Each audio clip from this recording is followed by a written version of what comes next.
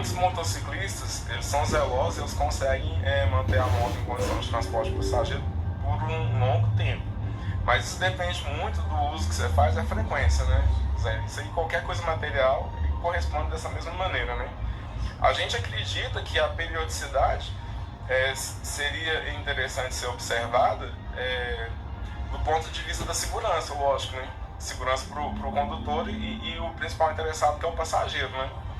E para isso, para você ter uma ideia, a gente tem que passar por vistorias, segundo a lei, de 6 em 6 meses. E quem paga a vistoria somos nós, os motociclistas. Então, a gente vem pleiteando junto a algumas lideranças assim, políticas sobre essa possível abordagem, né? Porque uma vez que a lei municipal foi sancionada, já não depende de uma decisão unilateral, por exemplo, assim, do executivo, né? No caso, a figura do prefeito já não pode estar determinando uma portaria ou outra se não passar pela apreciação da Câmara, no caso, os vereadores, né? E atualmente a gente tem percebido que tem despertado pouco interesse da Câmara a abordagem do assunto mototáxi, ou mesmo desse fenômeno mais recente, que foi os motoboys ligados ao que o pessoal chama de aplicativo, né? Que seria os deliveries, né? E a gente tem percebido que a prática da nossa atividade, ela tem sido feita muito alheia a essa condição legal ou a essa disposição que a lei determina, né? Pelo que eu estou entendendo, então, existe aí a necessidade de uma vistoria para vocês ainda de 6 meses, Sim. Mas para os outros não. Seria isso? Eu estou entendendo, foi isso? Ou seja, os deliveries, quem atende aí, quem trabalha aí de uma maneira geral, depois da pandemia que surgiram, né? Essas novas atividades, assim, já tinha, mas com um grande número, eu diria que hoje supera o mototáxi, eu estou errado? Sim. E eles não têm a mesma obrigação dos mototaxistas? Não tem, e o que preocupa a gente é que toda atividade ela é cíclica, né? Vocês, por exemplo, trabalham aqui na rádio e provavelmente existe outros profissionais que vocês já estão orientando, já estão assim, formando para futuramente serem os condutores aqui e a rádio jamais parar, né? Hoje a gente percebe que o mototáxi corre o risco de ter sido uma profissão que já nasceu morta, porque ela não consegue ser atrativa para novos integrantes, né? Mesmo o pessoal, vamos dizer assim, que abraçou mais a profissão, que procurou se identificar com um profissional mototaxista, fez os cursos todos, fez esses pleitos todos que a lei exige, ele está muito desmotivado, sabe? E a gente percebe um vazio do serviço de mototáxi que já foi tão bem aceito, tão bem conceituado junto da nossa população. Nós, na véspera da lei, Jota, nós chegamos a ser em torno de 300 mototaxistas, né? Hoje, eu acredito que o número que está nos pontos com alvará não passa de 120. E é uma situação que preocupa a gente, porque mototáxi em Patos, muita gente às vezes não se percebeu, mas já está passando dos 30 anos que existe essa atividade aqui. E esse pessoal já está chegando na casa dos 60 anos. Eles não têm nenhum plano de aposentadoria, não tem nenhum tipo de adicional por periculosidade. Nossa profissão juridicamente foi reconhecida como profissão de alto risco, né, profissão de periculosidade, mas, no entanto, o governo não desenvolveu opções, sabe, de aposentadoria que levassem em consideração. Que desse apoio, por exemplo, a essa categoria, né? Isso. Mas aí vocês estão parando em quê? MEI? Microempreendedor, por exemplo? Pois é, a lei municipal, ela não deu essa opção. Não. De o pessoal trabalhar de MEI. Uma das coisas que o pessoal sempre pleiteou muito, que o poder público orientasse, era sobre a possibilidade de aqui em Patos ter a cooperativa, né? O pessoal sempre ressalta muito o sucesso das cooperativas de crédito aqui de Patos e região, também da cooperativa leiteira, né? E o pessoal, muitas das vezes, não tem acesso à informação que levasse a poder, por exemplo, constituir uma cooperativa de motociclista profissional, que seria também uma alternativa que o pessoal sempre teve muita vontade de apreciar para ver se seria interessante, mas que nunca teve apoio de nenhum setor da sociedade, assim, inclusive o pessoal da política, né? O pessoal do sistema S de ensino tinha ficado estabelecido na lei, inclusive na lei estadual, né, da legislação de Minas, que a gente teria incentivos a participar de cursos, né, que incentivasse, a gente profissionalizasse, qualificar cada vez mais. E SESC-Senat, né? Mas não está tendo isso? Não. O motociclista, para você ter uma ideia, Jota, ele nunca passou por um curso, por exemplo, para administrar a própria renda, né? Porque se você for ver, via de regra, o pessoal trabalha, recebe no final do mês, né? Quando tem o patrão na CLT, né? E daquele dinheiro ali ele administra suas necessidades, né? O motociclista, ele ganha aquele dinheiro picado, vamos dizer assim, né? Aquele dinheirinho ali de dia a dia, e muitos, infelizmente, não sabem fazer uma administração que preveja um futuro, né?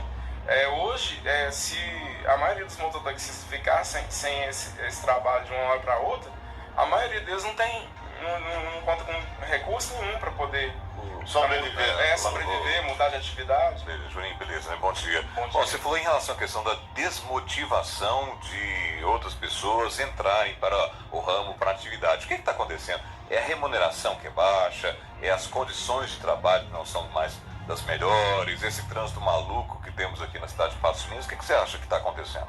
A própria imposição da lei, ela é muito criticada, segundo as abordagens que a gente vê sobre outros municípios que abordaram esse tema.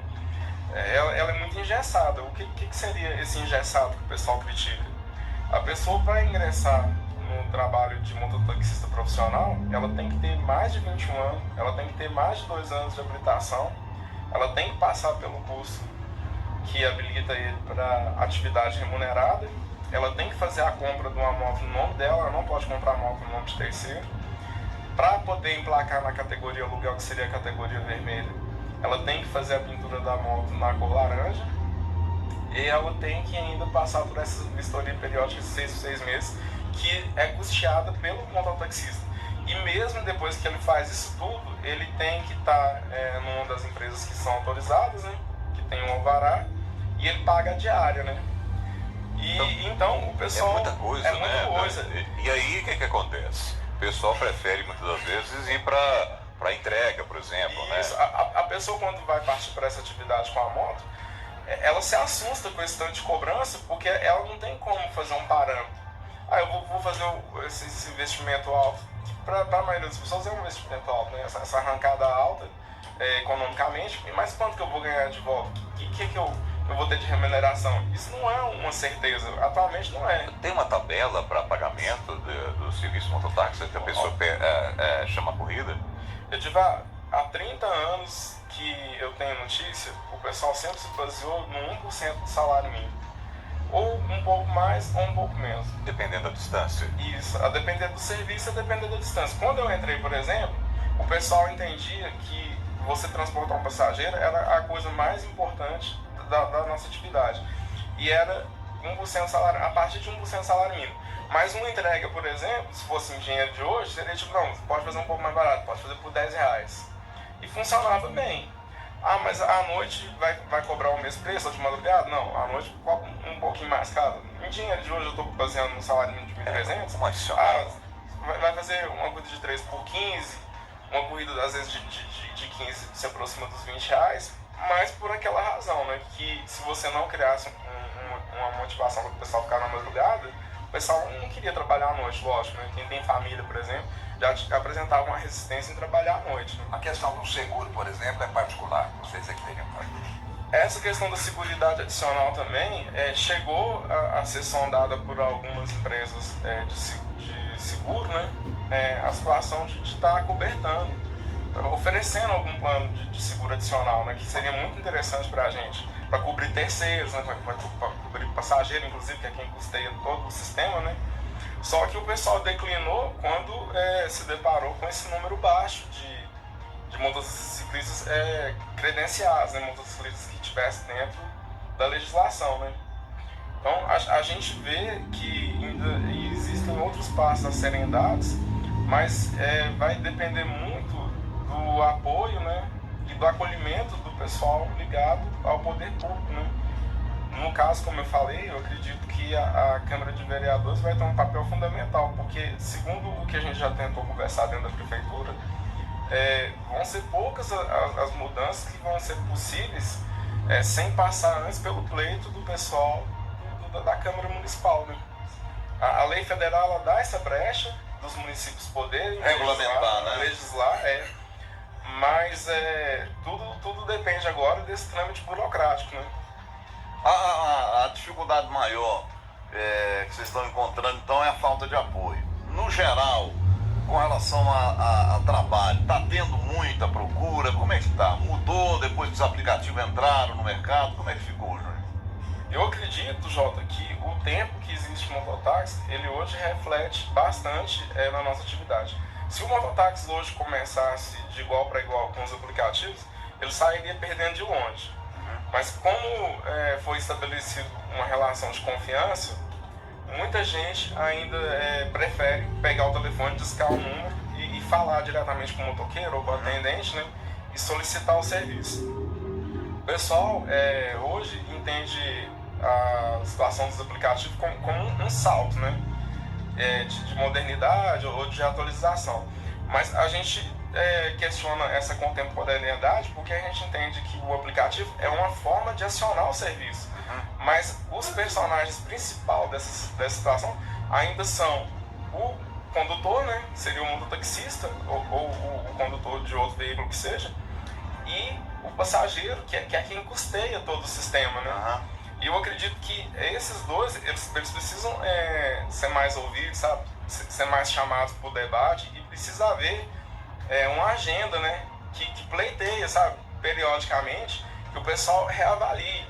Tinha ficado falado no período da licitação que depois de 5 anos, meia década, não é um período tão curto, né, haveria uma reavaliação de todo o sistema para saber o que o pessoal estava achando, qual que era a aceitação.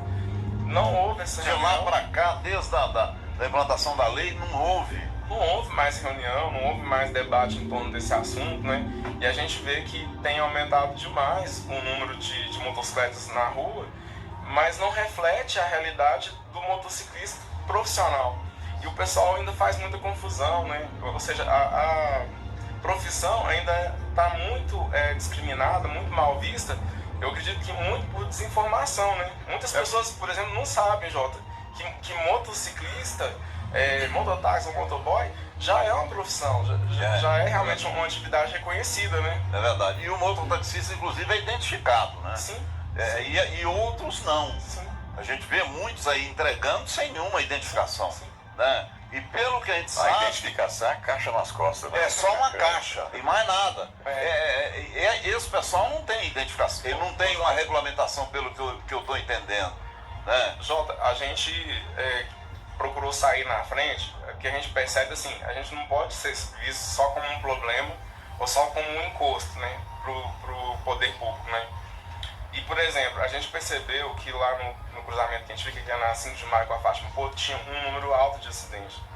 Nós pleiteamos lá, junto com os outros comerciantes da área, até mandar um abraço pro pessoal da Soluções Tintas lá, o Vitor, eles todos lá pediam muito a instalação do semáforo.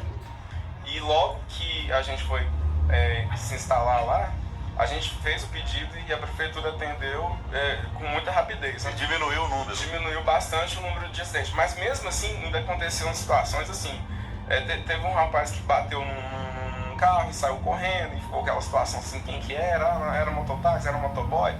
E a gente, incomodado com todas essas situações, a gente colocou um sistema de câmera que é aberto.